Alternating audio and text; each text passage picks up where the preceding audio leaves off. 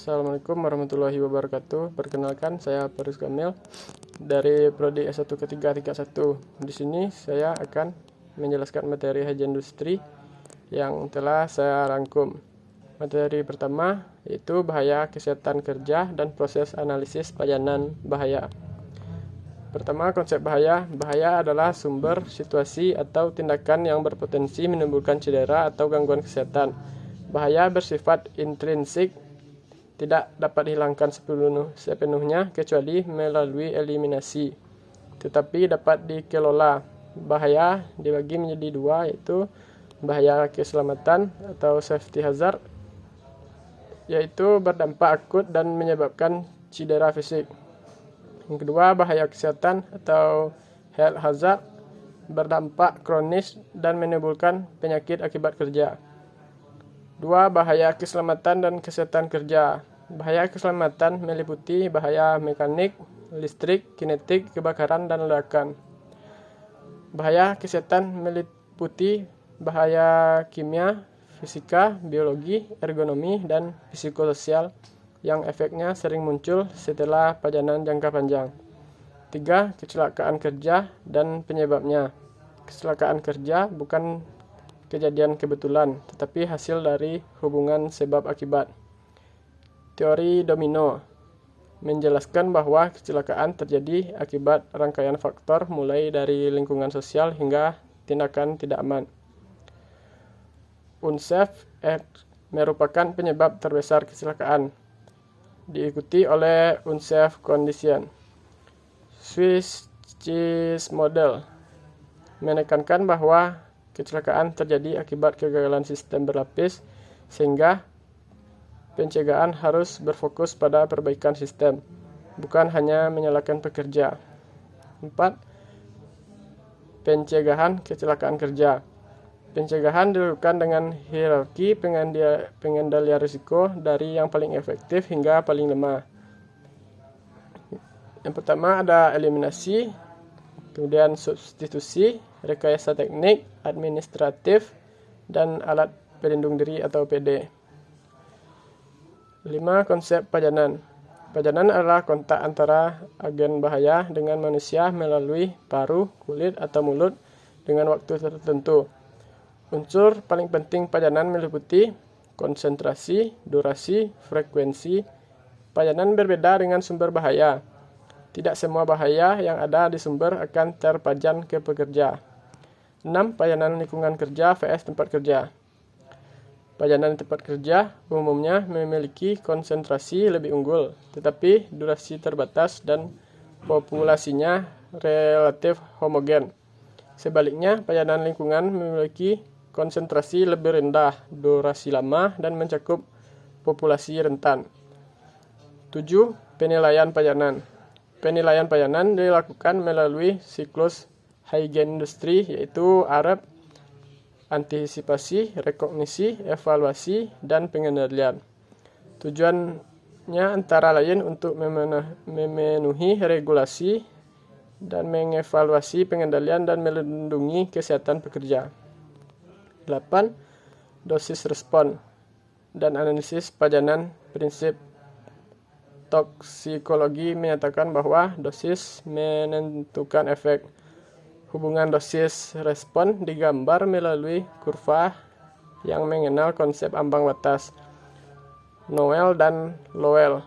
Pajanan dapat masuk melalui inhalasi, absorpsi, kulit, ingesti, atau injeksi, serta diukur melalui air monitoring dan biological monitoring. Masuk ke materi yang kedua, yaitu implementasi AREP terhadap bahaya biologi di tempat kerja. 1. Tujuan pembelajaran: mengenali jenis mikroorganisme di berbagai sektor kerja, menganalisis interaksi agen, inang, lingkungan dalam proses infeksi, memahami konsep dasar AREP, dan menerapkan AREP melalui studi kasus nyata. 2. Bahaya biologi. Bahaya biologi berasal dari mikroorganisme meliputi bakteri, virus, jamur, dan parasit. 3. Penyakit akibat bahaya biologi. infeksi pernapasan seperti COVID-19 atau influenza, penyakit akibat darah, bloodborne itu hepatitis B dan C dan HIV, zoonosis, leptospirosis, brucellosis, rabies, infeksi kulit yaitu dermatitis jamur, infeksi bakteri. 4 faktor yang mempengaruhi paparan dan infeksi. Agennya yaitu jenis, virulensi, dosis paparan. Inang pekerja yaitu status kesehatannya, imunitas, dan perilaku kerja. Lingkungan kerja yaitu ventilasi, sanitasi, kepadatan, dan kebersihan. 5. Pendekatan AREP. Antisipasi yaitu pemetaan area risiko tinggi, identifikasi agen potensial, pekerja aman. Rekognisi yaitu observasi proses kerja, aerosol, hygiene tangan, rute paparan yaitu inhalasi, ingesti, kontak, injeksi. Kondisi lingkungan, evaluasi, medical surveillance atau trend absensi sakit, MCU. Environmental monitoring atau bioaerosol. Audit kepatuhan SOP, risk assessment matrix. Dan selanjutnya pengendalian. Penerapan pengendalian berbasis hasil evaluasi atau rekayasa. 6. Studi kasus. Paparan bioaerosol pada pekerja, pengelolaan sampah kota. Dianalisis menggunakan AREP dengan indikator biomarker hematologis dan inflamasi. Rujukan jurnal Environmental Pollution 2024. 7. Dasar regulasi dan referensi. Mengacu pada WHO, ILO, CDC atau NIOSH serta regulasi nasional. Undang-Undang Nomor 1 Tahun 1970, Permenkes terkait K3 dan penyakit menular di tempat kerja. Masuk ke materi yang ketiga yaitu implementasi AREP bahaya kimia di tempat kerja. 1. Bahaya kimia dan jalur pajanan. Pekerja dapat terpapar bahan kimia melalui beberapa bentuk jalur, antara lain debu, yaitu partikel padat dari proses mekanik seperti pemotongan dan pengerendaan. Ukuran partikel menentukan lokasi deposisi di saluran pernapasan dan tingkat risiko penyakit. Fume, itu partikel sangat halus hasil kondensasi uap logam, misalnya dari proses pengelasan. Mist atau aerosol, tetesan cairan dari proses penyemprotan atau atomisasi. Gas dan uap, gas murni misalnya CO dan H2S, atau fase gas dari cair volatil seperti pelarut. 2. Efek toksisitas bahaya kimia. Paparan gas dan uap dapat menimbulkan iritasi saluran pernapasan dan mata, toksisitas sistemik, dan asfiksia, efek akut yang berat. Contoh penting adalah H2S yang dapat menyebabkan olfactory fatigue, yaitu kelelahan indera penciuman sehingga pekerja merasa aman padahal konsentrasi masih berbahaya. 3. Faktor yang mempengaruhi pajanan dan risiko pajanan kimia dipengaruhi oleh faktor sumber, yaitu konsentrasi bahan, laju emisi, suhu, volatilitas, dan ukuran partikel. Faktor pekerjaan, yaitu jarak pekerja dengan sumber, durasi pajanan, metode kerja. Faktor lingkungan yaitu ventilasi, arah aliran udara, dan kondisi ruang tertutup. Faktor individu, penggunaan APD, kebiasaan merokok, komorbid, dan status gizi. Diperkenalkan konsep dosis praktis. Dosis sama dengan konsentrasi kali waktu kali faktor ventilasi atau aktivitas. Paparan partikulat juga dapat meningkatkan kerentanan terhadap infeksi saluran pernafasan. 4. Penyakit akibat kerja atau PAK. Materi ini menyinggung PAK akibat debu, misalnya gangguan paru dan saluran napas. PAK akibat gas atau uap, yaitu keracunan akut maupun kronis. 5. Pengendalian bahaya kimia. Pengendalian risiko dilakukan dengan pendekatan higien industri, meliputi pengendalian sumber dan proses, perbaikan ventilasi, pengaturan mode kerja, penggunaan alat pelindungan diri atau PD. Penerapan ini penilaian risiko terpadu melalui ARAP untuk paparan multi jalur. Masuk ke materi yang keempat, yaitu implementasi ARAP bahaya ergonomi di tempat kerja. 1. Konsep ergonomi. Ergonomi adalah penyesuaian antara pekerjaan dan alat di lingkungan kerja untuk mencegah gangguan kesehatan dan meningkatkan produktivitas. Menurut Permenaker nomor 5 tahun 2018, bahaya ergonomi muncul akibat ketidaksesuaian cara kerja, posisi kerja, alat kerja, dan beban angkat terhadap kemampuan tenaga kerja. 2. Siklus ARAP. Antisipasi, yaitu memprediksi potensi risiko ergonomi sejak tahap desain pekerjaan atau fasilitas kerja. Rekognisi, yaitu mengidentifikasi bahaya ergonomi di lingkungan kerja. Evaluasi, yaitu mengukur tingkat risiko menggunakan metode penilaian ergonomi yang objektif. Pengendalian, yaitu menerapkan solusi untuk mengurangi atau menghilangkan risiko ergonomi. 3. Faktor risiko bahaya.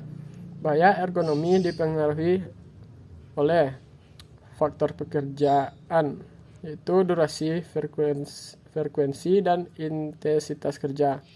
Faktor lingkungan, yaitu pencahayaan yang buruk dan suhu yang ekstrim. Faktor individu, yaitu usia, jenis kelamin, IMT, riwayat kesehatan, dan kebiasaan merokok. Faktor psikososial, yaitu beban kerja tinggi, stres, dan kurangnya dukungan sosial. 4. Dampak kesehatan. Cedera akibat bahaya ergonomi umumnya berupa muskuloskeletal disorders atau MSDS. Bukan penyakit infeksi, MSDS merupakan kontributor utama penyakit akibat kerja secara global, seperti nyeri punggung bawah, gangguan pergelangan tangan, jari, dan leher. 5. Evaluasi risiko ergonomi. Penilaian risiko dilakukan untuk menentukan tingkat bahaya menggunakan metode antara lain RULA, yaitu fokus pada anggota tubuh bagian atas, REBA, dan OWAS, yaitu penilaian seluruh tubuh dan pekerjaan dinamis. Nose lifting equation, yaitu evaluasi pengangkatan beban manual. Snow-tables, yaitu menilai aktivitas mendorong, menarik, dan membawa. 6. Pengendalian bahaya ergonomi. Pengendalian mengikuti hierarki pengendalian ISO 45001 dan Permenaker nomor 5 tahun 2018, meliputi eliminasi pekerjaan manual, substitusi alat dengan yang lebih ergonomis, rekayasa teknik, meja kerja yang dapat disesuaikan, pengendalian administratif, rotasi kerja, peregangan, dan pelatihan. APD ergonomis, back support, sarung tangan anti getaran. Yang ketujuh, kesimpulan, penerapan ARAP pada bahaya ergonomi bertujuan untuk mencegah MSDS, meningkatkan keselamatan dan kesehatan kerja, serta mendukung produktivitas. Identifikasi dini, evaluasi yang tepat, dan pengendalian berjenjang merupakan kunci keberhasilan pengelolaan bahaya ergonomi di tempat kerja. Masuk ke materi yang terakhir, yaitu implementasi Arab bahaya mekanik di tempat kerja. Satu, konsep bahaya mekanik. Bahaya mekanik berasal dari energi mekanik atau gerakan mesin, seperti bagian berputar, titik jepit, nip point, titik jepit operasi mesin, benda terlempar, energi tersimpan, dan atau pegas. Bahaya ini berpotensi menimbulkan cedera serius hingga fatal. Kedua, prinsip Arab.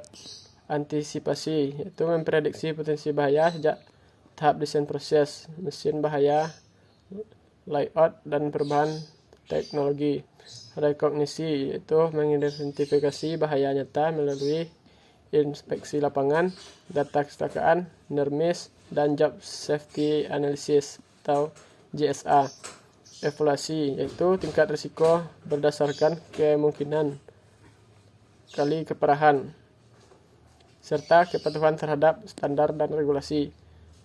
Pengendalian, yaitu penerapan pengendalian sesuai hierarki pengendalian dan memastikan efektivitasnya. 3. Faktor yang mempengaruhi risiko bahaya mekanik, mesin atau peralatan. Desain tidak aman, perlindungan mesin tidak memadai, modifikasi tanpa analisis risiko. Manusia dan organisasi, kurangnya pelatihan, kelelahan, kepatuhan SOP rendah, budaya keselamatan lemah. Pekerjaan atau proses, kecepatan produksi tinggi, kerja berulang, maintenance tanpa isolasi energi. Lingkungan kerja, itu layout sempit, housekeeping buruk, dan pencahayaan kurang. 4. Pengenalan dan evaluasi risiko. Identifikasi bahaya dilakukan dengan checklist, inspeksi, dan analisis data kecelakaan. Evaluasi risiko menggunakan risk matrix, misalnya ISO 31000 atau AS/NZS 4360. Serta pemeriksaan kepatuhan terhadap regulasi seperti Permenaker nomor 38 tahun 2016 dan ISO 12100 2010. 5. Dampak bahaya mekanik. Dampak akut yaitu amputasi, luka sayat atau robek, cedera terjepit, dan fraktur. Dampak kronis yaitu muskuloskeletal disorders akibat postur janggal dan kerja berulang. Hand-arm vibration syndrome atau HAVS akibat paparan getaran alat mekanik jangka panjang.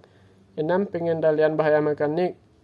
Pengendalian dilakukan berdasarkan hierarki pengendalian, meliputi eliminasi misalnya otomatisasi proses berbahaya, substitusi atau mengganti mesin lama dengan mesin yang lebih aman.